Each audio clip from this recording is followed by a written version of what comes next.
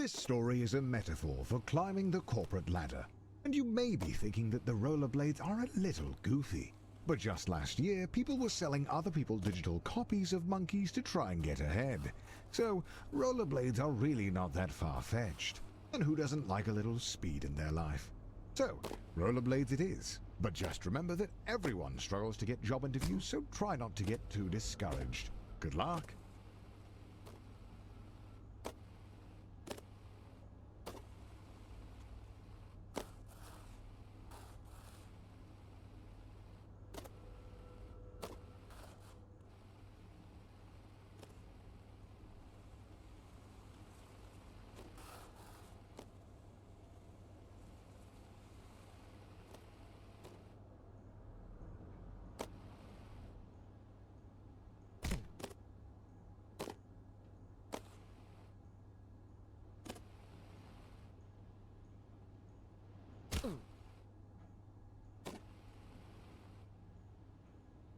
Hey, welcome to your first job interview. I know it can be a little nerve-wracking, but just relax and do your best. You're sure to get the job.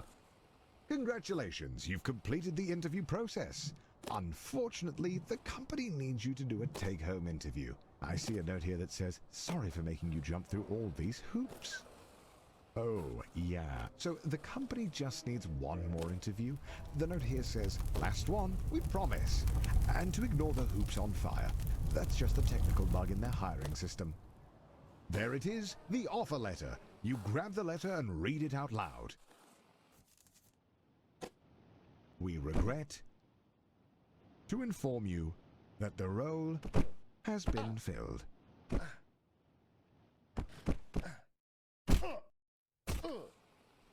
Going back to square one always stings, but you're not alone. This happens to everyone at some point in their lives. Luckily, your mom says that your Uncle Gerald has a friend who can hook you up with a job at their warehouse. I know it's your birthday, but the company saves money when the new hires do their training on Saturday nights. So it's time to get to work. Congratulations on completing your training. Go home, get some rest. Tomorrow is your first real day at work.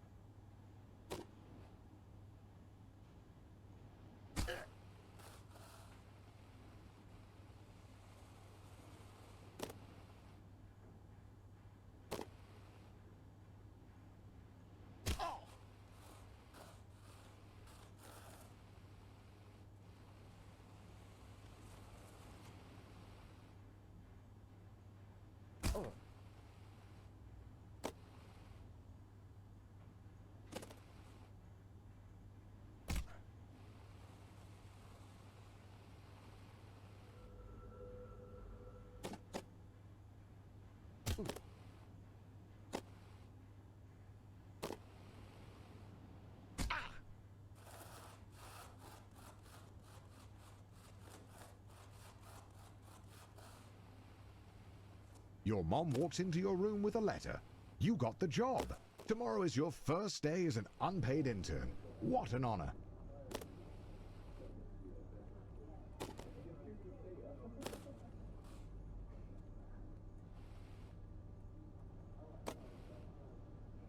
Some would be discouraged knowing they only got the job because their obsession with rollerblades makes them the ideal candidate for grabbing coffee. But you're a little discouraged as well.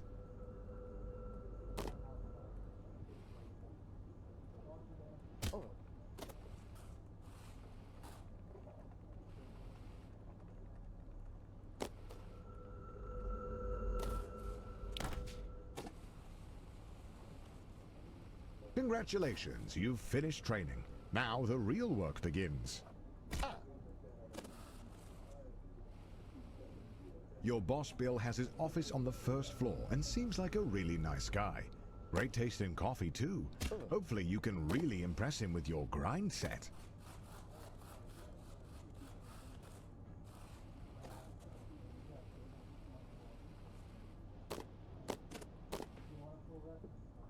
At the all-hands meeting, your boss Bill announces that you've been chosen for the in-house interview, which, according to him, is just a bunch of softball questions since it's really more of a formality than anything.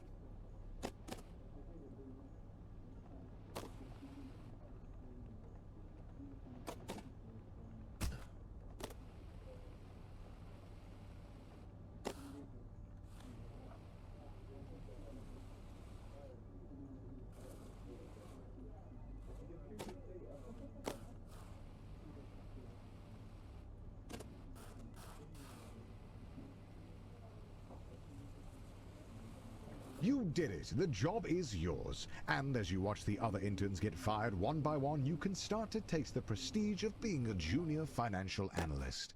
You're ready to kick ass and make money, and you're all out of money. Unfortunately, being a junior financial analyst means you're just another cog in the corporate machine. No one is going to notice you if you don't make yourself stand out. Being a cog means doing a lot of the same thing over and over again. But the company wine mixer is coming up, and if you can make a good impression, it'll go a long way.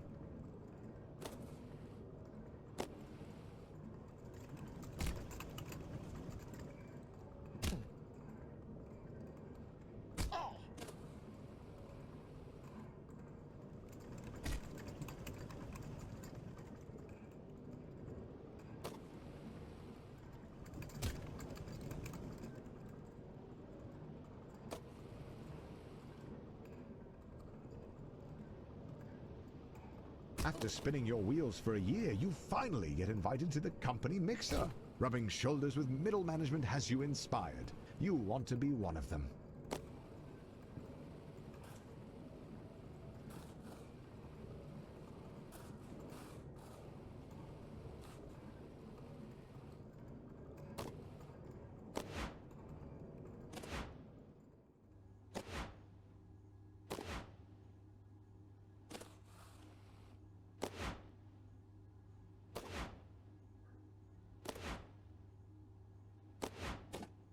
Finally, the company opens up a single middle management position. All you have to do is beat the rest of the applicants and the job is yours. The bumpers are a metaphor for the other applicants.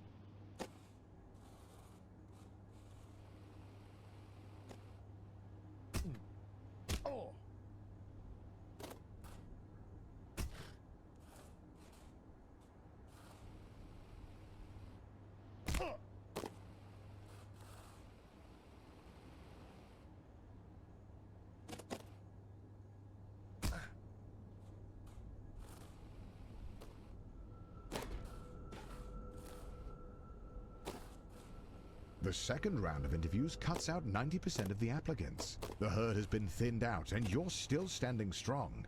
Wait, somehow Ted is in the running? When did he get a job here? It doesn't matter. Just stay focused and get that job.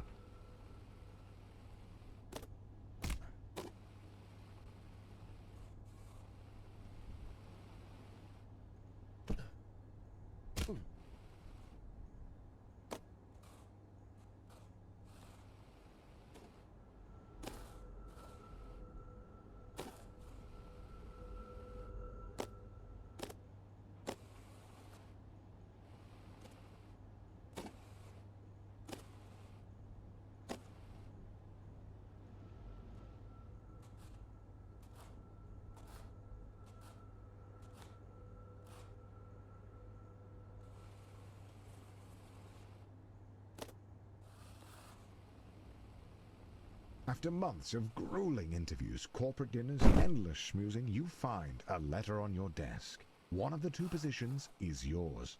They created another position for Ted. His uncle is a VP. The prestige of middle management. You're assigned a team of juniors, a huge pay raise, and your own office with a view.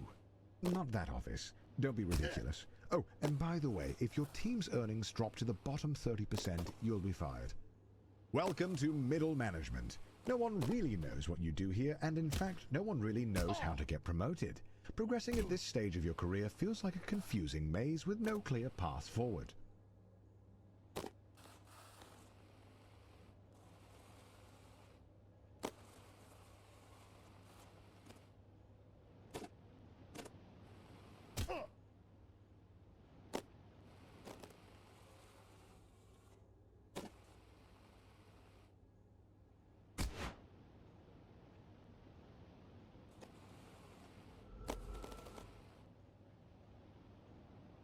You ask your boss about career advancement, but he tells you that with the current budget, you'll have to put a pin in it until after they can get their ducks in a row trying to accelerate profits and maximize shareholder value in the long term.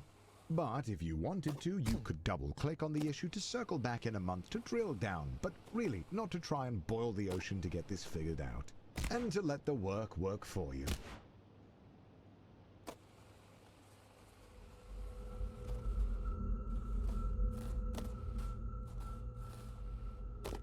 Ted's uncle and former VP has started his own firm and is aggressively poaching employees. It may only be a matter of time before you get an offer, but your boss has been hinting that you're up for a promotion, so it might be a tough decision.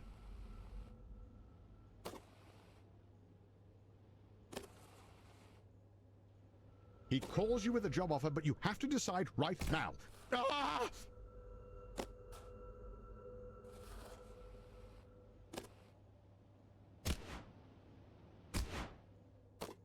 The only way to move up is to move out, so you take the job, and as luck would have it, they're in need of a new department head, and you are in the running. At this stage in your career, there are no safeguards. The only one who can convince the board to make you a department head is you.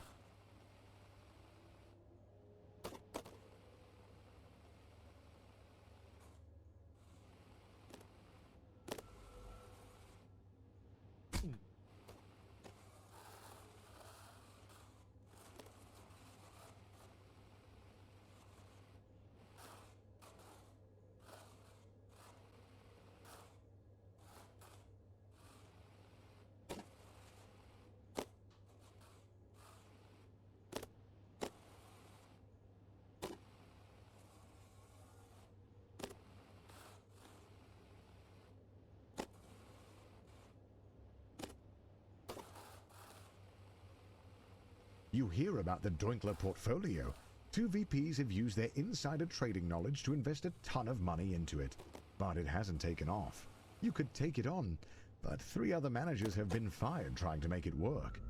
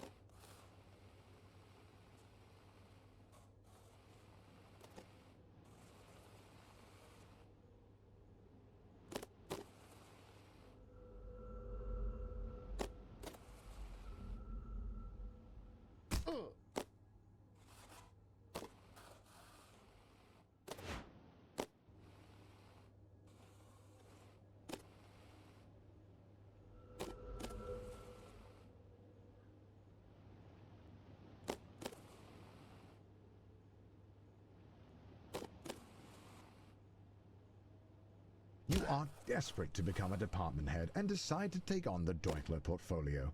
If you pull it off, you'll secure 2 votes from the board. If you don't, you'll be fired.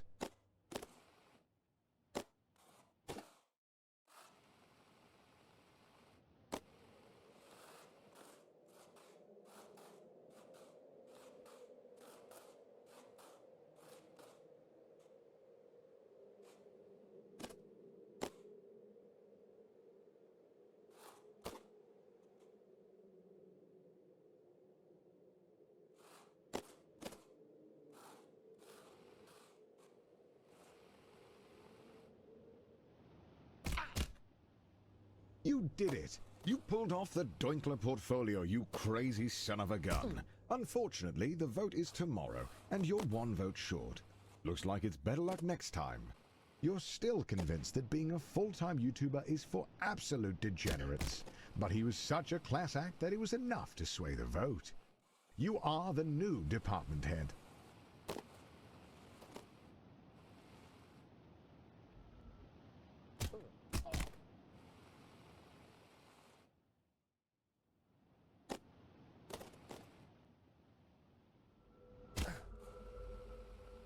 Welcome to upper management. You're making more money than you could ever have dreamed of. You drive a fancy car, fancy blades, fancy suit, but if you thought that you would be working less, you'd be wrong. If you aren't constantly pushing ahead, you're likely to fall.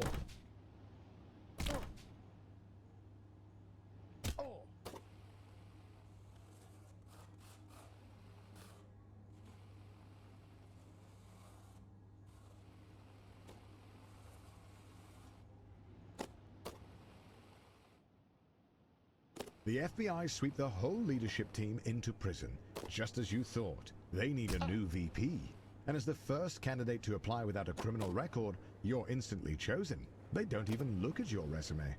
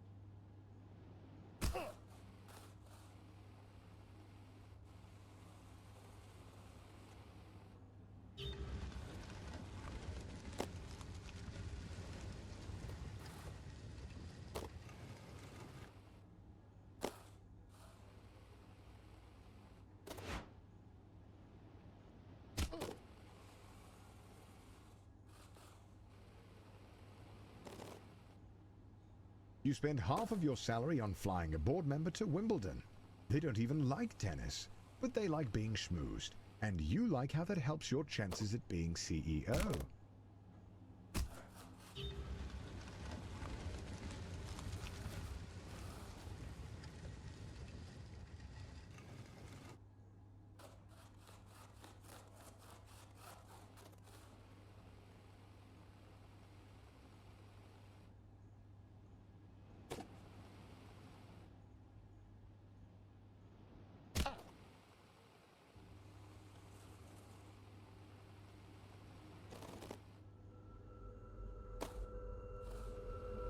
The economy is in a downturn, and the company is losing money hand over fist, except for your department. Buying and shutting down companies to create customers for your job hunting app is really working.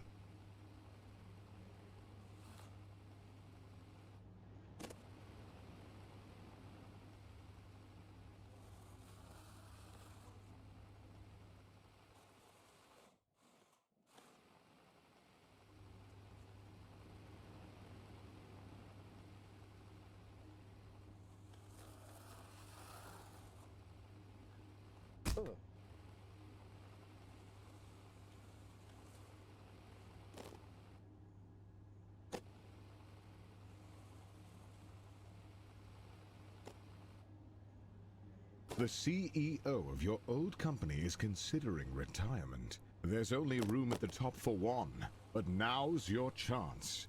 You got this.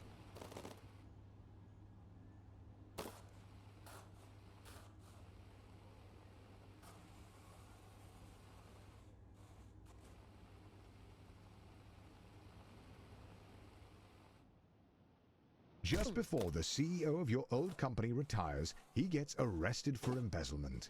But you've been schmoozing the board of directors for years, taking on hard portfolios, buying dinners at the country club, and turning a blind eye to embezzlement.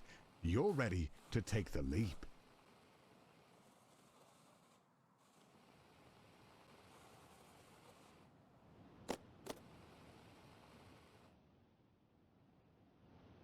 All of your hard work has finally paid off. The board of directors have voted, and you are appointed the CEO. The journey is over. There really is nowhere else to go. Congratulations on beating Get to Work.